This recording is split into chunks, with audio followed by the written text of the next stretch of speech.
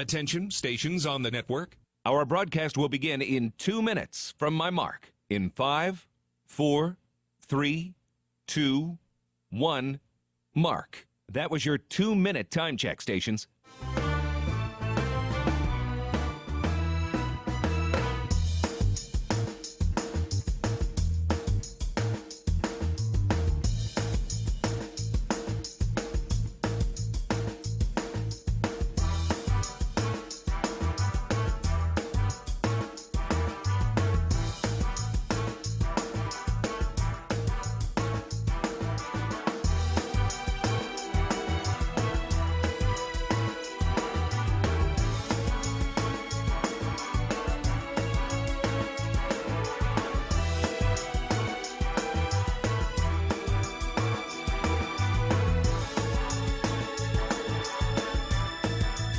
Attention, stations on the network. Our broadcast will begin in 1 minute from my mark. In 5, 4, 3, 2, 1, mark. That was your 1-minute time check, stations.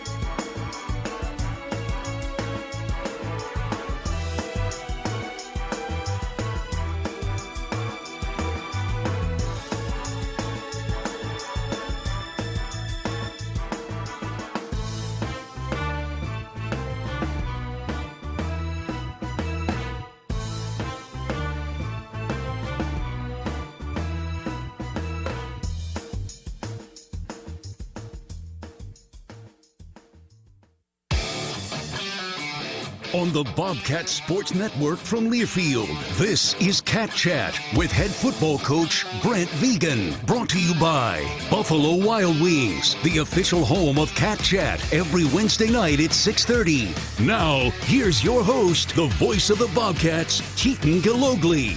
All right. Hello, and welcome live from Buffalo Wild Wings.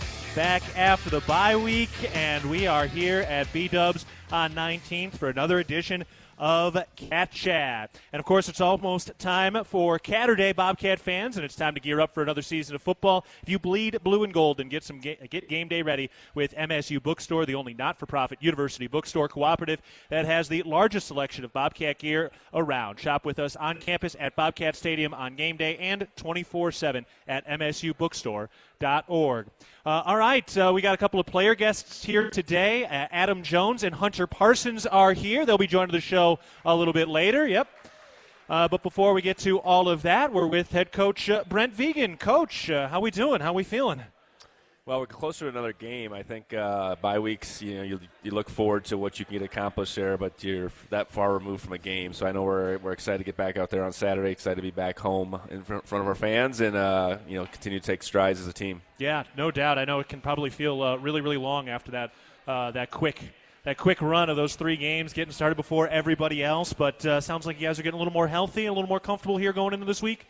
Yeah, where the bye ended up falling for us, I think worked well for a few guys. In particular, talking about the offensive line, J.T. Reed, Burke Mastel, that extra week helped them. Not that they wouldn't have been able to play last week, but they certainly will be able to play this week. Jacob Trimble is back as well. And I think just in general, we've been at it for a while, going back to July 25th. So to have a week to rest, to heal, to practice, but not like a normal week, I guess, I think was helpful for everybody. Yeah, it's kind of amazing when you really get into the grind and all of a sudden you take like 1 day off and it just like totally rejuvenates you.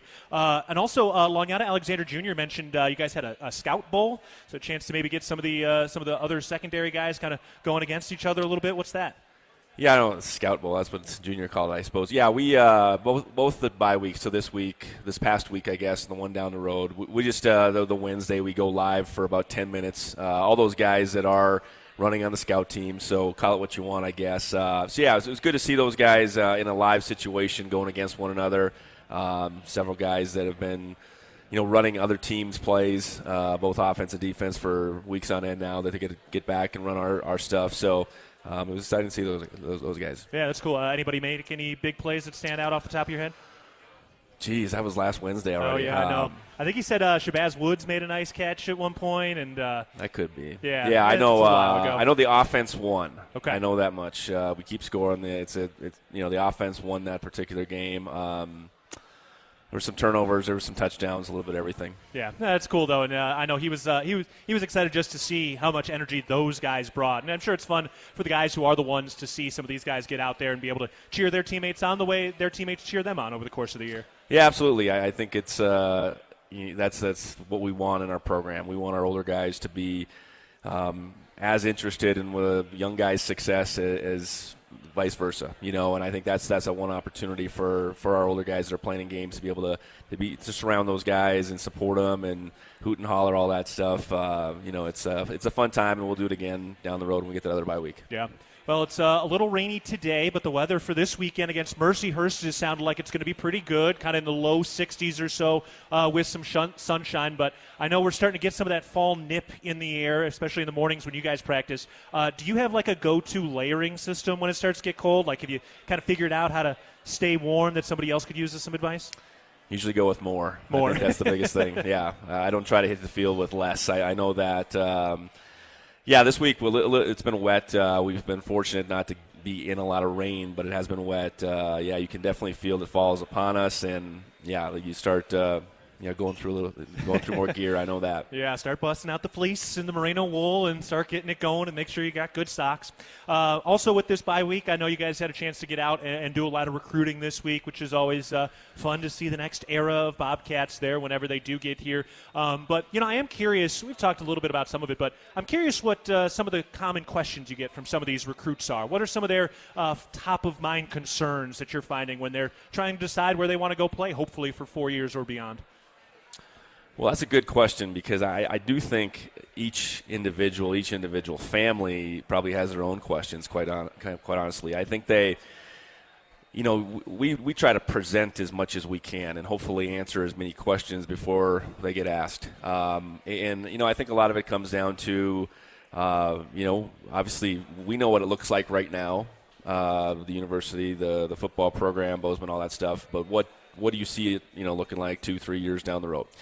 And there's a overarching question of what college football is going to look like down the road that I think is starting to pop up a little bit more. And I certainly have my opinion, but I don't know. We don't control much of anything. So, I think it's all over the map. And I think what they want to do when they have a visit is they want to get a sense for will they fit in here.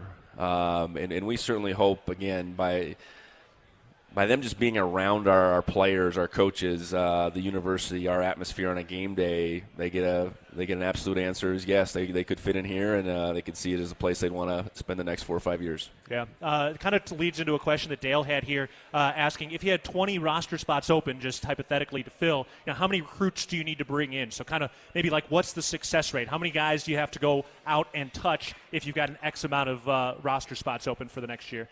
Yeah, we're certainly, starting in the hundreds. I think each position is a little bit different based on the depth. Typically, flipping that around, like official visit-wise, the number of guys that we pay for a visit, that hit ratio is pretty good. Yeah.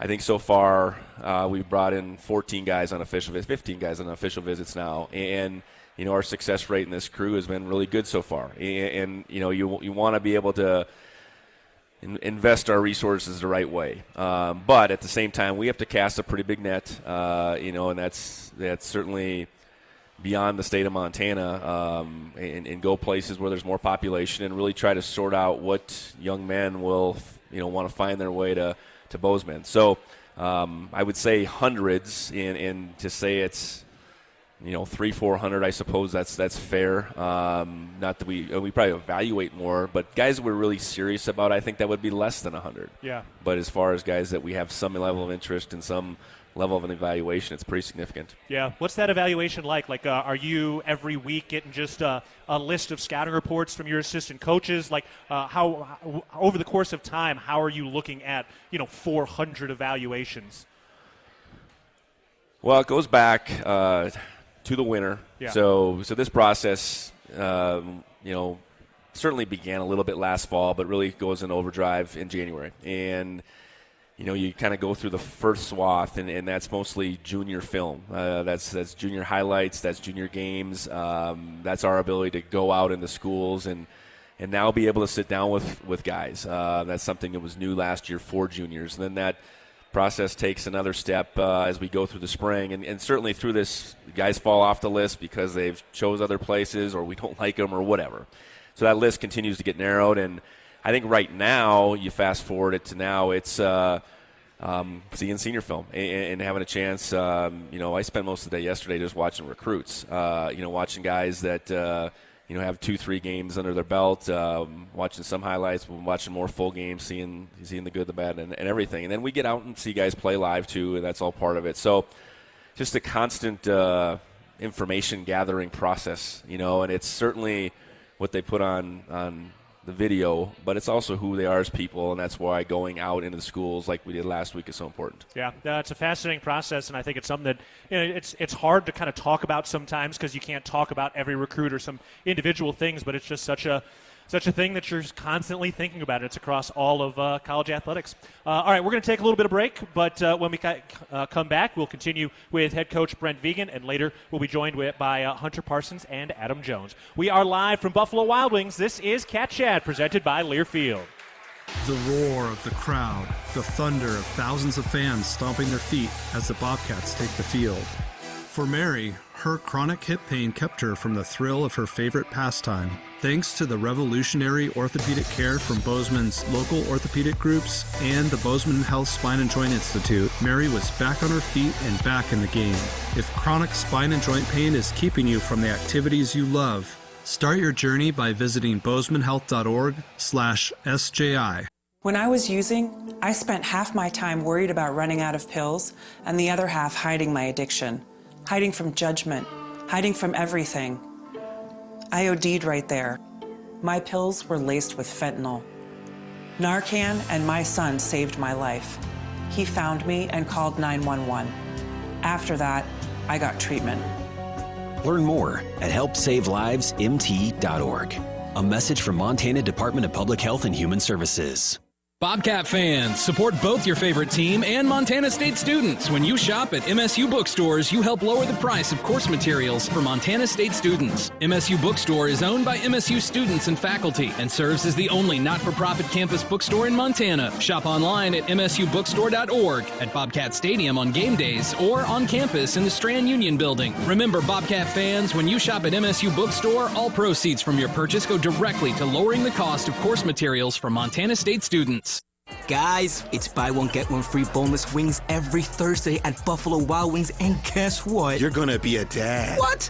No, it's Boneless Thursdays, which means free boneless wings. You'd be a great dad. Okay, enough. Buy one, get one free boneless wings every Thursday only at Buffalo Wild Wings. To the greatest of all times. Buy one boneless wings at regular price. Get one of equal value free at participating locations for a limited time. While supplies last. Limit one, not valid with other offers. Size exclusions may apply. Delivery and takeout available at participating locations through Buffalo Wild Wing website or app. Fees, including service fees, may apply. Preparation is the key to success on game day. And like your favorite Bobcats on the field, you need to be ready right from the opening kickoff. Cenex has your pregame routine covered. We've got your salty snacks, your sweet treats, ice-cold beverages to wash them down, and fresh tanks of propane to fire up the grill. Fuel your fandom at your local Cenex station. Bobcat Pride, powered locally. Hey, Bobcat fans. Want to make a real difference in the lives of Montana State student-athletes? The Bobcat Collective is your chance to do just that. By joining as a member or becoming a business partner, you're directly supporting our athletes through NIL opportunities, helping them succeed both on and off the field. Whether you're an individual looking to become a member or a business ready to partner with us, every contribution empowers our Bobcats to reach their full potential. Visit BobcatCollective.com to learn more and sign up today. Together, we can elevate our athletes and the entire Bobcat community. Go Cats, go!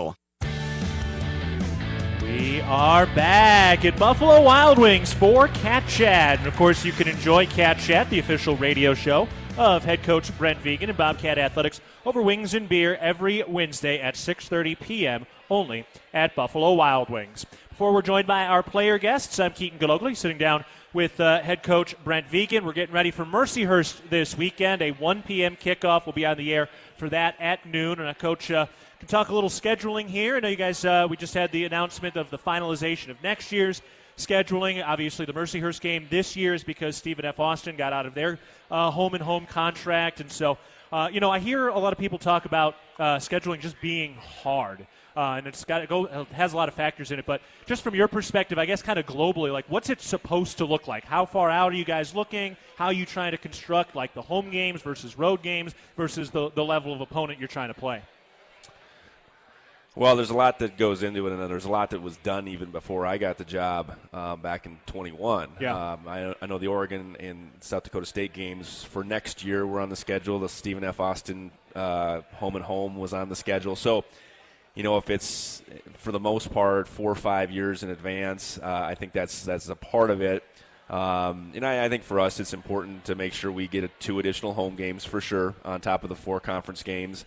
And then you'd want a non-conference that's gonna challenge you, but it's also gonna provide opportunities to see what you are as a team too. So I know it's a tricky combination that we have no ability to set kind of in perfect order. Right. I think that's probably the biggest piece. I think getting FBS opportunities like we had this year against New Mexico, I think, are ones that we want, but very hard to get.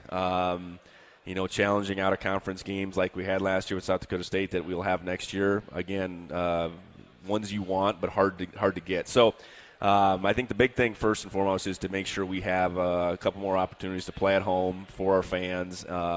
Next year having 7 home games is going to be awesome. So challenging, and I think it's especially challenging with the landscape of college football potentially changing in a few years down the road. I think it's really the commitment level to schedule, I think, is probably more difficult than ever. Yeah, well, okay, so also 4 non-conference games next year. So it was announced this week at Oregon, home against South Dakota State for that Gold Rush game, home against San Diego, home against Hurst again. But this is not a week 0 situation for you guys, right? Right. Right. So you guys, but still 4 home games. So a little bit different than next year with that? So it's 12 games, right? 12 games, yes, yeah. And that's the way the calendar falls for FCS. You have 12-game opportunities every once in a while. In the back-to-back years, we have 12-game opportunities. So we'll take that and run with it. And, yeah, next year the one road game will be non-conference will be at Oregon, which is a great opportunity for our program. And then, the three home to follow and leading into the conference season. Yeah, how hard is it to schedule some of the other FCS powerhouses? Obviously, the South Dakota State is here, but what are some of the factors trying to get some of those premier non-conference games? Well, I think a challenge is that mark is continually moving, especially when you're trying to schedule out ways down the road. Let's take Stephen F. Austin, for example. They were a playoff team not that long ago when we scheduled them, and now they've really struggled. So, they dropped us for whatever reason. But, what you're going to get 4 or 5 years down the road from when you schedule it could be 2 different things. So schools being committed to that, I think, is challenging. And getting dates to line up. I think that's, there's a lot of math and a spreadsheet that goes into that. I know there's one central source I think a lot of us go to for scheduling and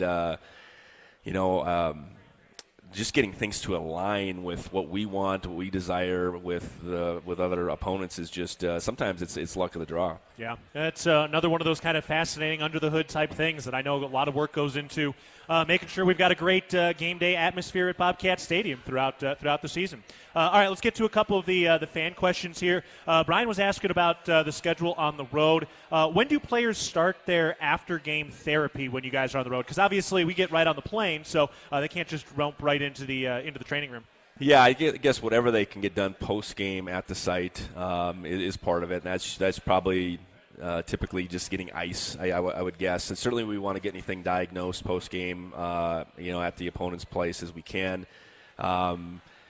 Generally speaking, it would be Sunday. We have a couple hours devoted to treatment on Sundays, and then however fast some of that action needs to be taken on a Sunday, something could happen potentially as soon as that. So sometimes it's injury dependent, but we do everything we can, at the site and give them whatever we can for the trip home, be it plane or like our next trip will be a bus trip.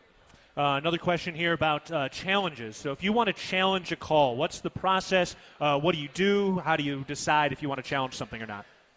Yeah, it's not as simple as the NFL where you throw the red flag, obviously.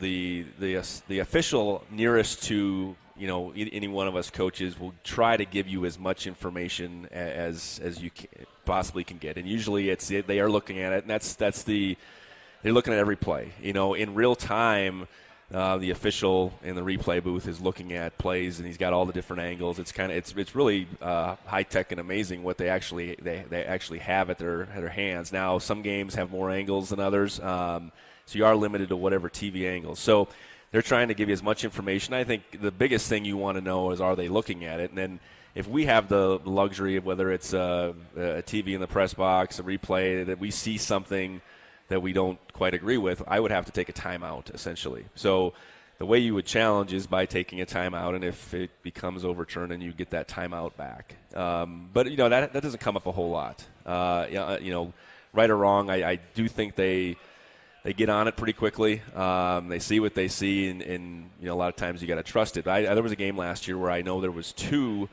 that they got wrong, and then you get that back, the next week from the conference. It's okay, whatever, yeah. And I think the whole thing is we got to get the replays right. I think our conference it tries to be as have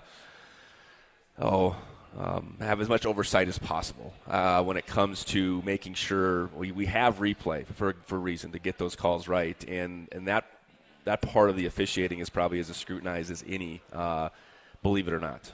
Yeah. Do you have somebody on your staff that's designated the guy that needs to be looking at replays if you need specific information, or is it more just a group effort, whoever sees what? It's kind of that in real time. Each booth is a little bit different as far as the access, the real-time access. We have tablets now, but it's not real-time. And part of having tablets was not to change the course of officiating. In fact, they said if as a coach, if you have a tablet in your hand, if you approach an official, you get flagged. Yep. I mean, just that simple. So sometimes you're just at the mercy of whatever you can see, maybe in real time or a quick replay. But most, if not all, of our coaches' booths have a TV feed going. Yeah, interesting stuff again, too, on that. All right, before we get to our player guests, the last thing to talk about is some of this realignment that's been going on. And you've kind of alluded to, we don't really know what college football is going to look like in the future, and I'm not going to ask you to prognosticate. But, with Boise State, Colorado State, Fresno State, San Diego State going into the now Pac-12, the Mountain West is in a state of flux trying to figure out what they want to do. But I'm really interested, first and foremost, do you have a feel for how some of these decisions are getting made? Is it TV executives? Is it conference commissioners? Is it athletic directors and presidents? Do you have any sense or feel on how a lot of these decisions have been made over the last couple of years at all? I would sense at the highest level, talking, Big Ten, SEC, that is conference commissioners, along with TV executives. Yeah. I think that's the case. Now, what just occurred amongst the Pac-2, as it was with Washington and Oregon State, I would guess that was really a collective effort between the administrators at those two universities, along with the remaining semblance of whoever's running the Pac-12. Getting in touch with each other on a constant basis. How can we continue to build back the brand? But it is all driven by TV and the numbers and the dollars that do come out of that. So way beyond a coach's scope. I know that whatever coach, whatever level you're coaching at, in some cases, probably most cases, beyond what an athletic director, even a university president. I mean, I think those presidents, they're the ones that give the commissioner their thoughts and what direction they want to go. But ultimately, someone's got to make those decisions, because to get everybody to agree, so whether it's Greg Sankey with the SEC, I know it was Kevin Warren at the time with the Big Ten, it's Petito now. I think those two guys are probably as powerful as anybody in college sports. Yeah, it's one of those things things are still changing, and the how and the why. With the change, you're going to gain some things, you're going to lose some things. Everybody is. So it's kind of a give and a take. when you look at Montana State and what we have here, what are some of the things you feel like are really special that should be protected? Not that you're going to be able to protect everything, but as we do see these things change, where do you feel like your priorities are in terms of just what is really important for the student-athlete experience, for the fan experience, that you'd be sad if we lost as a part of the experience of running a program like this? That's a great question. I would say anything that would take away from what we have as a game day atmosphere. And what is that? I don't think it's opponents right now. I don't think it matters who we play on a given Saturday. No one knows where Mercyhurst probably is. It's Erie, Pennsylvania. But I didn't know that till we played them. So, I don't think it's necessarily the opponents. I think it's ultimately what are you playing for. Yeah. Right now we have an opportunity to obviously play for our conference championship and compete in the FCS playoffs and ideally compete for a national championship. Yep. So what does that look like in a future? I spent 7 years at Wyoming, and our opportunity to win a national championship was few and far between. Our opportunity to potentially get to the New Year's Six was the hook, and that was probably all those Group of 5 conferences competing for that one spot. How will that look? How will that change amongst the Group of 5 and where we're at? I think that's the million-dollar question. Yeah. Will those two worlds collide and there'll be a new higher level of playoff? I don't know. So I think that's what are we competing for, and can we continue to provide that game day atmosphere that we have that is amazing? Yeah, I think that's a good answer, and I think it's good perspective too, because it is uncertain, and nobody's here to ask you exactly what's going to happen, but as we kind of figure out what our priorities are, and I feel like it's going to help Montana State make the right decisions regardless of what comes across their plate, because you don't want to get left behind, but you also don't really want to extend yourself either. Yeah, I think that's. Yeah, and you almost have to make a decision before the decision will be made. Yeah. Or the move will be made. I guess that's sometimes the complicating aspect. So you got to be able to, see into the future a little bit. To make bold moves, you have to have vision. And I do think we have that at MSU. I feel confident in that. And, I think there's a regional nature to college athletics that is really important that we must capture either way. So it's going to be an interesting few years, just in the landscape in general. And I feel strongly, our administration, I used the word aggressive the other day. I don't know if that's the right word, but I just think we're forward thinking, and we'll end up on the right side of this. Yeah, I think vision was the right word, and I think that really helps distill it down, right? Great game day atmosphere, something to play for in terms of conference championship and a chance to compete at the national level. And I think the other third factor, too, right now is that this is a program that gets to be built by Montana kids. Kids who play high school football in the state of Montana, they can come here and they can be great and they can get developed. And that's something I think that's really important that illuminates a lot of what this program is. Yeah, and that doesn't have to change. No, it does not. Nope. All right, we're going to step aside from Buffalo Wild Wings. Up next, we're going to talk to defensive end Hunter Parsons, who got his first career sack at Gold Rush 2 weeks ago. We're taking a break. This is Cat Chat, presented by Learfield. Town & Country Foods is a proud supporter of Bobcat Athletics. As a locally owned company, we believe the benefit of buying local helps support the local economies in southwest Montana. Our stores offer great selections of items you need every day, including organics, specialty foods, fresh meats and produce, along with incredible selections from our bakery and deli departments. Town & Country Foods is 100% employee-owned and serves southwest Montana with 8 locations. Visit your local Town & Country Foods today. Go Cats!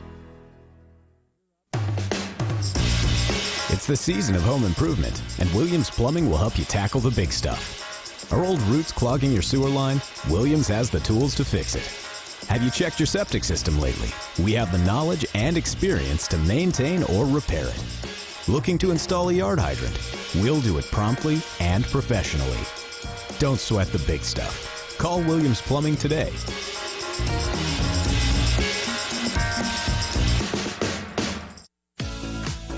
Revelry is your neighborhood eatery, here to serve a wholesome and savory palate that celebrates Montana roots with fresh, locally sourced ingredients. We revel in a natural and energetic habitat that livens any day. We serve Bozeman's best pizzas, sandwiches, pastas, and salads in a comfortable environment with 2 amazing patios. We love hosting Bobcats old and new. Check us out at 24 North Tracy or online at revelrymt.com. Go Cats, go! Ambient Air Solutions wants to take a moment to show our gratitude and to say thank you. Thank you to our frontline workers. Thank you to our doctors, nurses, and EMTs. Thank you to all the volunteers. And thank you to the Gallatin County community. Ambient Air Solutions is so grateful for your support for over 12 years. We are so blessed to live in such a beautiful place. Ambient Air Solutions is here for all your heating and cooling needs. Call us at 406-577-1818 to schedule your service today. Ambient Air Solutions, simplifying heating and cooling. Hi, former Bobcat Big Lou Salcedo from Wrestler Chevrolet here. Our team proudly supports MSU football both on the field and on the road. Serving the Bobcat community since 1999, we've got what you need. From the powerful heavy-duty Silverado to the top-of-the-line High Country Suburban. Visit our showroom or check us out online at WrestlerChevy.com. Together, let's drive a Wrestler Chevrolet. Community born, community driven. We'll meet you at the tailgate. When a power line has fallen down, it can be downright dangerous and even deadly. That's because downed lines can still energize the ground and objects around them. To help keep you and others safe, Northwestern Energy says stay at least 35 feet or the length of a semi-truck away from a downed power line and anything the line is touching. You should always assume the line is live, and if you see a downed line, immediately call 911 and warn others. Northwestern Energy, delivering a bright future. Back on Cat Chat before we're joined by Hunter Parsons. It's time to pause 10 seconds for our network station identification. You're listening to Cat Chat. XL Country, 100.7. KXLV Churchill, Bozeman, Belgrade. Also in Livingston on translator K254AL. We're back live at Buffalo Wild Wings for Cat Chat in Week 4. Getting ready for Mercyhurst this weekend. Universal Athletic has been a proud supporter of Bobcat Athletics for over 45 years. Check out their great selection of Bobcat apparel and accessories for all your game day needs. Go Cats. Again, I'm Keaton Gillogly, joined by defensive end, Sparks, Nevada native Hunter Parsons. Hunter, how we doing? How we feeling? I'm great. How are you doing? Very well. Thanks for coming out and joining the show. You bet. First career sack this week. How'd that one feel? It felt great. It was awesome. I mean, the atmosphere was great, thanks to you guys, and it just felt really good. Yeah, what's it like? You know, you come off the edge and you see the quarterback, and you've got that free, clear path. Like, are you afraid you're going to trip over your shoes? Like it's too clear? Or? No, there's not a whole lot of thought that goes into that other than trying to hurt the quarterback. But yeah, it was just an awesome feeling, and hopefully we can get some more of the season. Yeah, and then you do hit him, and you're able to kind of pop right up. It's almost like a pop-up slide in baseball, too. You had one of those smooth ones. Is it even a little more special when you get that clean hit, you kind of roll over, and you're right back on your feet? Yeah, and then the first thing you think about after that is what your celebration is going to be. So yeah, had you thought about that? Because a couple of guys already have theirs. So did you have one? Well, I watched Gladiator the week before, and so I did the old, like, are you not entertained? Yeah. Okay. That's what came to mind, and I like cool. it. All right, I'll be sure to remember that. So next sack for you when you go out, I'll be sure to throw out a "Are you not entertained?" Okay. Yeah, that'll be awesome. Yeah, we'll keep the synergy going. Oh yeah. So are you excited for Gladiator 2? That's supposed to be coming out here soon too, right? Yeah, I didn't know that, but I'll there's a Gladiator 2. Denzel Washington is in it, and apparently they fill the Coliseum with water, and they have like an actual battle, like a ship battle in it. Really? Yeah. That's cool. Yeah. I have to watch that. Yeah. Anyway, back to football. So you're from Sparks. You're from that Reno area. Kind of an outdoorsy area. Yeah, you're kind of close like to Sierra and whatnot? It's high. I'm from like outside of Sparks in Spanish Springs, so it's high desert. And then obviously you have the Sierra Nevada mountains south of that. So it's pretty outdoorsy. I love the outdoors. I think that's why I came here. But yeah. What's your go-to outdoors activity? I love fishing. I like waterfowl hunting, like ducks and geese. So, Yeah. All right. What's your favorite fishing spot around here? I don't get out here a lot. Okay. Because I used to bass fish in Reno. Yeah. And it's mostly trout fishing, fly fishing out here. So, but I mean, I go to Coeur d'Alene sometimes with my buddy Tyson Pottinger on the team, and we bass fish out there. So yeah. Pottinger's a big hunter too, right? Yeah, he's a big archery guy. So, okay, yeah. So in apocalypse situation, would he be the best fed? Oh yeah. He's mountain man. So on a team filled with mountain men. Yep, yeah, that's true. Cool. So you got some of that. That helps get you over here. But you were recruited by Choate, correct? Before Vigen came through. That's right. Okay. Yeah. It was Choate, those guys, and then Coach Daly was still on the staff too. So he did a lot of recruiting with me, and it went well. Yeah. Kind of cool to see Choate now kind of back in your area at Nevada and Reno. Yeah. I hope they do well over there. I mean, that's my hometown, and I'm excited to see how they do. Yeah. Well, what was your sports fandom in that area then? I mean, were you watching Nevada games, or watching California teams, or? We were watching Nevada football games, and like we were talking about, like Reno Aces, like a little minor league baseball team. Yeah, they got the AAA team over there. Yep. Okay, so you got a good amount of stuff going over there. Yeah. Okay, cool. And now you're here and settling in. Fourth year for you, correct? Yes, sir. All right. How's classes going? Where are you at in your degree and studies? Good. I'm studying construction engineering, so it's going well. I mean, classes are tough, but yeah, it's good. Yeah, no, they're only tough so that way the buildings don't fall down, right? Yeah. That's important stuff. So. Yeah. What do you want to do with that? I mean, what do you want to build? Like, what's the goal there? Kind of. I don't know exactly what I want to do yet. Yeah. But I just want to get my foot in the door and kind of figure that out along the way. Yeah. So. All right. Cool. Well, at some point you'll maybe be building the next great Bobcat Stadium. Who knows? Yeah, maybe. All right. So you're getting through some of that, and we got through a chance to get in recruited by Choate. But then I'm always curious too. You know, when Vigen took over, like for you, why stick around? I mean, for a lot of guys, when you recruit to or commit to a coaching staff, you're committing to that coaching staff. What was the process to sticking around even after a coaching change as a high school kid? Well, like you said, Vigen got hired while I was kind of getting recruited, and I was supposed to gray shirt. I was going to come the following spring. So the gray shirting, explain that for us, for people who don't know. So basically what a gray shirt is instead of coming in the fall, you would come in the following spring because there wasn't enough spots on the roster, and I was kind of recruited, or I signed late. Yeah. And so, but anyway, I really kind of fell in love with how the coaches coached and like their schemes and the culture, and I learned a lot along the way from the older guys, and now I'm one of the older guys, so that's good. Yeah, on a defensive line filled with older guys too. Yeah, it's got to be fun to go to work with that crew. I mean, that's a deep group right now. It's awesome. Yeah, I mean, like you said, we're really deep. We got a lot of athletic, explosive guys that want to get the football on the ground, so it's fun. Yeah, it's fun watching you guys, especially when you get the 4 defensive ends out there in that cheetah package. A little more special too when you get the full D ends on the line for you. Yeah. I love the cheetah package. I think it's a good way to get more pressure on the quarterbacks, and the D tackles don't think so. they want to think that they'll do a better job of getting the quarterback on the ground, but and it makes it more competition. Yeah. For us and the D tackles to see who's going to get the quarterback on the ground more, and it makes us better. So yeah. So one of the things we've talked about with like Connor Moore and some other guys is the difference between playing tackle and playing guard. And one of the things they talked about was who you typically face up against, because you're facing a D end on the tackle spot, and obviously you're facing a tackle or a nose guard when you're the guard. So when you go up against a guard, right, because now it's a little bit different, do you notice a difference when you're playing, like trying to get by a guard rather than trying to get around the edge and a tackle and that sort of thing?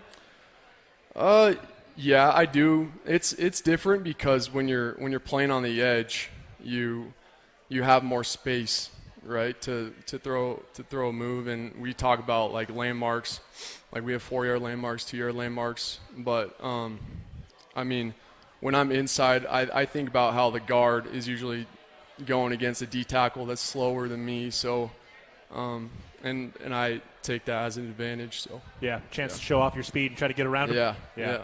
Now, final question for you too. As a guy who has been here for 4 years, now starting to get some of that regular run. It's something we've asked other guys, but why stick through it? Like, why stick through to the process? There's plenty of people in this era of college football that they don't get as much play or snaps or repetition as they wanted early in their career, and maybe they go try and chase greener grass. But for you, why stick through the process here over the course of these years to now get to this moment where you are getting regular run with the D-line? Yeah, like you said, I've kind of been on both sides of it, watching guys play over me for the past couple years, and it's really just putting your head down and working. And if you think about all that stuff too much, you probably won't do well. But if you keep working hard day after day, and one day you'll look up and see where you are. Yeah. And even after that, you got to still work hard to keep your spot where you're at. Yeah. And just keep climbing. So, yeah. Yeah, the patience is something that I think we can all use. So, yeah. I mean, where's that well for you? I mean, are there times where you wanted to quit, where you had to go talk to somebody? I mean, where do you hold that patience to say, no, I do know, that faith that the hard work and the patience is going to pay off?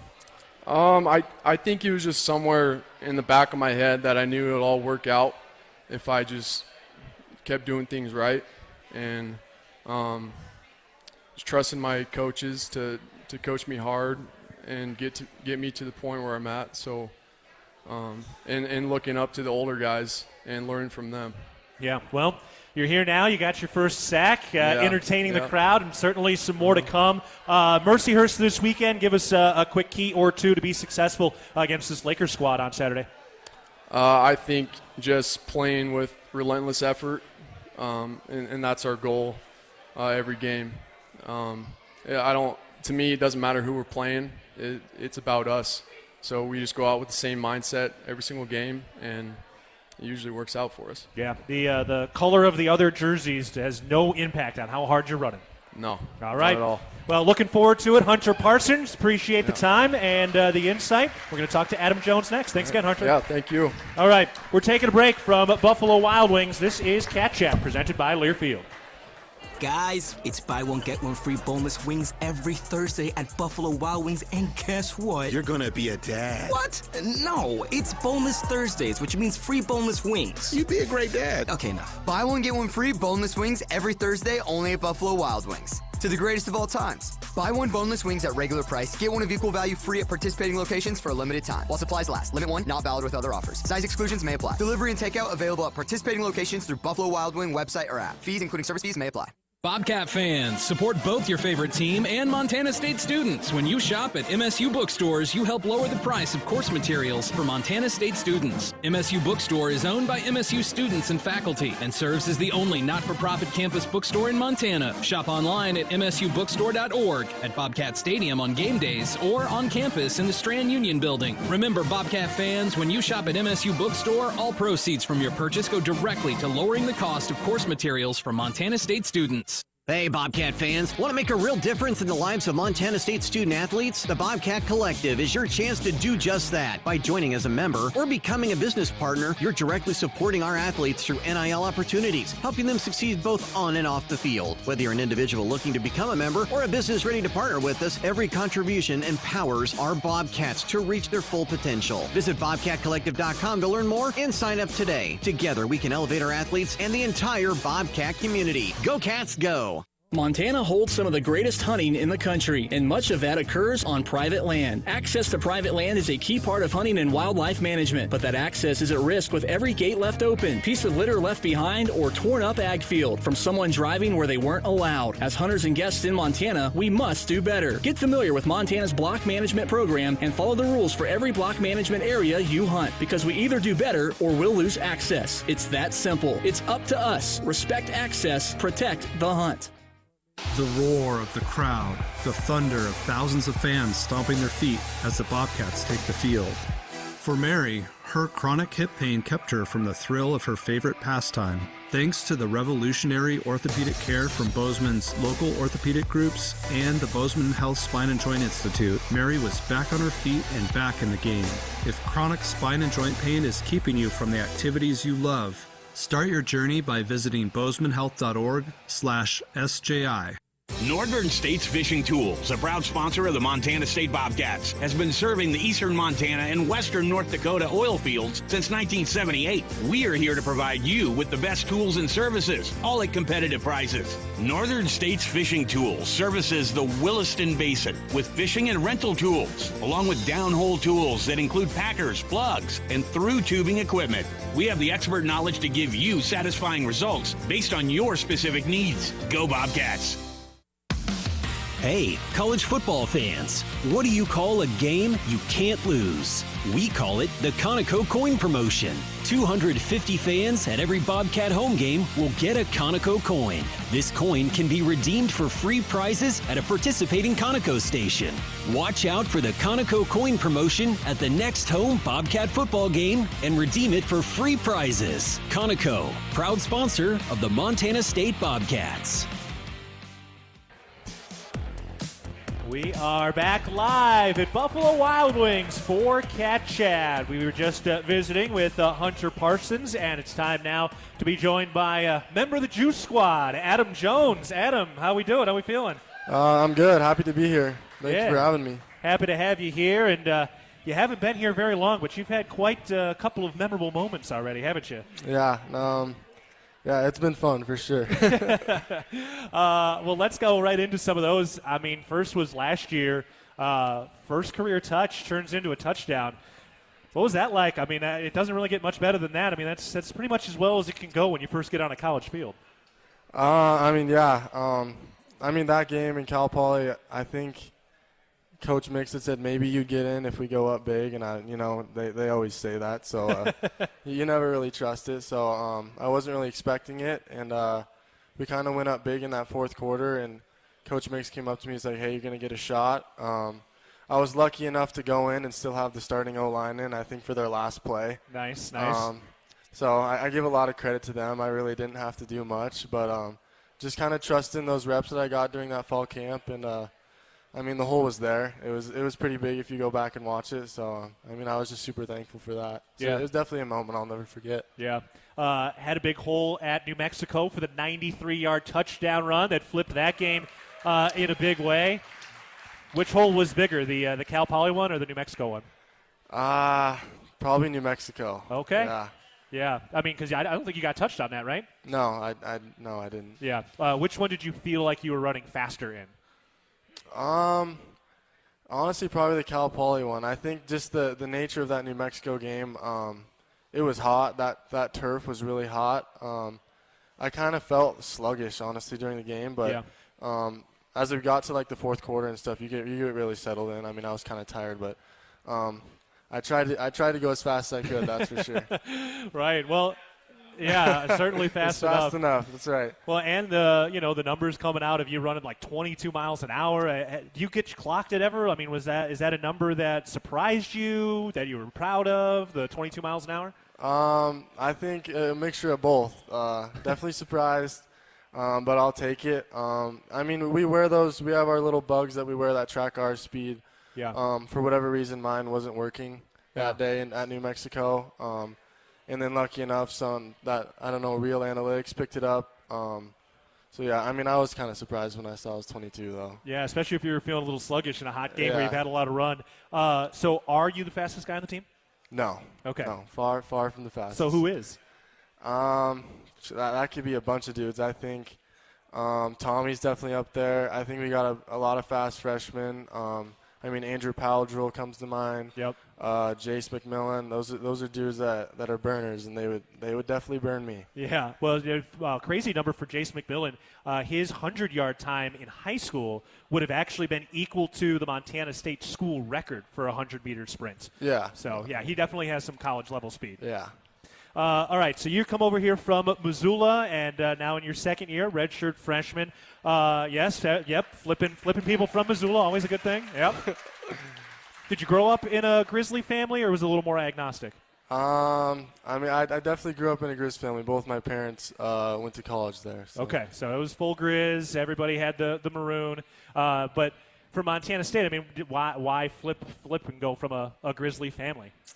Yeah, definitely an interesting thing, something that I never saw coming, definitely growing up as a Grizz fan. Definitely not anymore. I think what it came down to was the coaches. Yeah. I think Coach Vigen does a really good job with recruiting. I think as I went through that recruiting process, it was honestly a no-brainer to come here. So it was a pretty easy decision, something I was super excited about, and it's paying dividends for sure. Yeah, well, and now there's a nice crew of Missoula Sentinel kids and guys from Missoula who are over here a part of the program. What's it like when you guys go back? Like, do you guys have to have like a secret society of Bobcat fans when you're back in Missoula? No, I mean, we go back and we wear our colors loud and proud down there, and yeah, it's fun. Definitely makes a couple people mad. But I mean, we love it. We're proud to be Bobcats. Yeah, no doubt. We all are. Wear the blue and gold. All right, I want to talk about the Juice Squad, the running back room a little bit.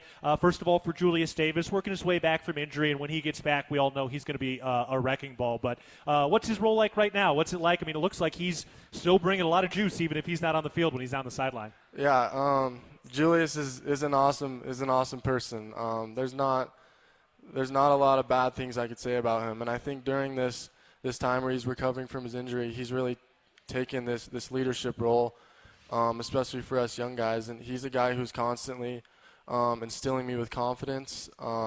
He's someone who always has my back, and honestly, he's been a huge part of my success. I think in all of the running backs in the room, he's a guy who's always going to give us intel. He tells us he loves us. I mean, Julius is an awesome dude, and I'm excited for him to come back. Yeah, it's going to be fun to see that. And for now, though, you're working with Scott Trey Humphrey a ton, and although he's a sophomore, you guys are both second-year players, so you came in together. What's it like watching Scott Trey Humphrey go out there, go to work? I mean, it's awesome. It's awesome being able to go out there with him this year. As of like last year, I just got to watch him and support him, be there for him, and he was always a dude that was like, I can't wait for you to get out here with me. Super humble, and now that we're doing it together, it's definitely special. Yeah. And we're both our biggest fans. So like when he scores, I'm right there in the end zone. And when I score, I know he's running down. So it's fun. Yeah. Well, nice efficiency during Gold Rush too. 8 carries, 4 touchdowns for you too. I think that'll work. Yeah. Yeah. How are you guys different? Yeah, just in terms of maybe personality or just how you kind of mesh. It's a fun relationship and a fun style to watch you guys on the field. But how are you guys kind of different? Just bring us into your relationship a little bit. Yeah, I think personality-wise, Scotty's a guy who's got super high energy all the time. He's a guy that I definitely feed off of, and then I'm kind of there to calm him down when he needs to be calmed down. So I think we're a little hot and cool. It works well out there. I think run game-wise, he's a powerful back. He's got a lot of speed. We both do. We both have that in common, I guess. But I don't know. I feel like both of us we can do it all. We can do whatever the team asks us to do, and I think that's kind of cool. And the coaches put us in different positions, which is cool. And yeah, I mean, I love Scotty. No, that makes a lot of sense. He does seem pretty fired up, and it does sound like he's kind of the fire. You're a little bit of that icy kind of guy who's able to bring it through. And it's fun to watch the way you two are kind of balancing things right now. All right, we're getting ready for Hurst coming up this weekend. And from your perspective, give us a couple of keys. What do you guys need to do to be successful against this Hurst team on Saturday? Yeah, I think we're gonna continue to run the ball. The offensive line is moving dudes, as you guys can see. I think that's going to be always in our game plan, what we're going to try to instill early on in the game. And I think we're going to, from then on, just try to air it out on them. We'll see how the game goes. But I think kind of just focusing on what we can do is going to be big this week. All right, moving some people around and scoring in that Sonny Holland end zone. Yeah. Better in the world than scoring in front of your classmates on that side of the football field? Nothing's better. Nothing's better. You go up and get some high fives too with everybody? Yeah, try to hype them up. Good. Well, anybody on that first row, we know they were there early, so that's a good reward for them. Yeah, for sure. Awesome. All right, well, it's a lot of fun to watch that. Thank you for the time and the insight today, and looking forward to watching you and Scott Trey and the crew get back out there this Saturday. Yeah, thank you. Appreciate it. All right, you guys. Adam Jones, we're taking a break. When we come back, we'll be rejoined by head coach Brent Vigen. This is Cat Chat presented by Learfield. Ready to build your brand? Think Inc. outside the box for your complete branding solutions. Located in Bozeman, Montana, we offer a full print shop for banners, signs, wraps, trade show booths and graphics, promotional products, and much more. If you can think it, we can ink it. We are a proud supporter and corporate sponsor of the MSU Bobcats. Like us on Facebook to see some of our cat wraps. Ready to build your brand? Think Inc. and call us at 406-922-6462 or visit us on the web at inkoutside.com. Town & Country Foods is a proud supporter of Bobcat Athletics. As a locally owned company, we believe the benefit of buying local helps support the local economies in southwest Montana. Our stores offer great selections of items you need every day, including organics, specialty foods, fresh meats and produce, along with incredible selections from our bakery and deli departments. Town & Country Foods is 100% employee-owned and serves southwest Montana with 8 locations. Visit your local Town & Country Foods today. Go Cats! Revelry is your neighborhood eatery, here to serve a wholesome and savory palate that celebrates Montana roots with fresh, locally sourced ingredients. We revel in a natural and energetic habitat that livens any day. We serve Bozeman's best pizzas, sandwiches, pastas, and salads in a comfortable environment with 2 amazing patios. We love hosting Bobcats old and new. Check us out at 24 North Tracy or online at revelrymt.com. Go Cats, go! Ambient Air Solutions wants to take a moment to show our gratitude and to say thank you. Thank you to our frontline workers. Thank you to our doctors, nurses, and EMTs. Thank you to all the volunteers. And thank you to the Gallatin County community. Ambient Air Solutions is so grateful for your support for over 12 years. We are so blessed to live in such a beautiful place. Ambient Air Solutions is here for all your heating and cooling needs. Call us at 406-577-1818 to schedule your service today. Ambient Air Solutions, simplifying heating and cooling. Hi, former Bobcat Big Lou Salcedo from Wrestler Chevrolet here. Our team proudly supports MSU football both on the field and on the road. Serving the Bobcat community since 1999, we've got what you need. From the powerful heavy-duty Silverado to the top-of-the-line high country Suburban. Visit our showroom or check us out online at WrestlerChevy.com. Together, let's drive a Wrestler Chevrolet. Community-born, community-driven. We'll meet you at the tailgate. When a power line has fallen down, it can be downright dangerous and even deadly. That's because downed lines can still energize the ground and objects around them. To help keep you and others safe, Northwestern Energy says stay at least 35 feet or the length of a semi-truck away from a downed power line and anything the line is touching. You should always assume the line is live, and if you see a downed line, immediately call 911 and warn others. Northwestern Energy, delivering a bright future. We are back one final time from Buffalo Wild Wings for Cat Chat. Keaton Gillogly alongside head coach Brent Vigen. We're getting ready to take a look ahead, presented by Vance Thompson Vision. And a quick question here from James that does look ahead. He was asking about some of the challenges you see coming out of a bye week. Are there any unique challenges when you have had a little bit of time off coming out of a bye week like this? Because we will have another bye week before the season is up. Yeah, I think as a coach you always worry about time off, just in general. You know, rust accumulates, I suppose you'd say, right? So, yeah, 2 weeks removed, I don't see it as we go out there and practice. Hopefully we've gotten better through this time. I think that's what you're aiming for. So, you know, we got some new guys going out there playing for the first time. I think that's probably the challenge. I think about you know, Burke and JT in particular. You know, yeah. I think those guys getting their first game action. You know, that's a challenge, and I think they're ready to rise up to it. And you know, hopefully there's not too many challenges, to be quite honest. Yeah, well, we're definitely excited to see Burke and JT Reed and some of these other guys getting going. But let's pay attention now to Mercyhurst here. So they're just coming up from Division II, first year at D1. They're from Pennsylvania. Not a huge school. They don't have a huge enrollment, but I know they're very excited. They're in the NEC, and this is going to be a Super Bowl for them. I mean, moving up. They've got a really experienced quarterback, Adam Urena. He threw for about 5,000 yards and 57 touchdowns when he was in community college, and he's got a big-bodied wide receiver as well. He's like 6'6". What are you seeing in how they're orchestrating this offense right now? Well, they like to be balanced. They got a good running back as well, but the quarterback drives it, and he's a guy that can extend plays, and that's one thing. we have to keep him corralled. I know last time out against Maine, we let the quarterback get out of the pocket a few times. We can't do that. We got to put pressure on him. They got the big receiver that does match up well at the same time. So getting pressure on him, making him feel uncomfortable is always one of the first things we're aiming to do on defense, and we need to do that come Saturday. Yeah. Well, what kind of defensive scheme are they running out there? Multiple, yeah. Throwing a lot of things at you. Multiple front, multiple as far as pressure goes, and even coverage-wise. So, I imagine they're going to try to stack up against the run like most people do against us, and hopefully we can run it. But hopefully there's opportunities to take advantage of that aggression in the pass game as well. Yeah. You kind of mentioned some of the coverage stuff in that last game against Maine. If they're going to throw the football, what do you guys have to do to kind of clean some of that up and avoid some of those big pass plays we saw 2 weeks ago? Well, it was one of the first things we addressed, getting the guys back that next week, and it was mostly communication. And we got to be on the same page. If we're all wrong and we're not on the same page, that's okay. So it was a couple things that happened with some shifts in motions when the picture changed. We weren't all on the same page, so we got to fix that. Be collectively all tied in together, so we're all doing this.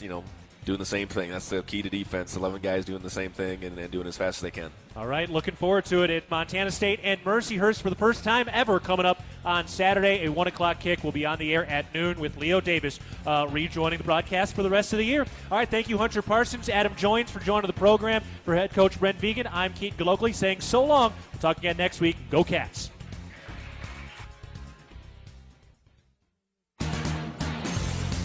You've been listening to Cat Chat with head football coach Brent Vigen. Brought to you by Buffalo Wild Wings, the official home of Cat Chat, every Wednesday night at 6:30. The preceding has been a Learfield presentation of the Bobcats Sports Network.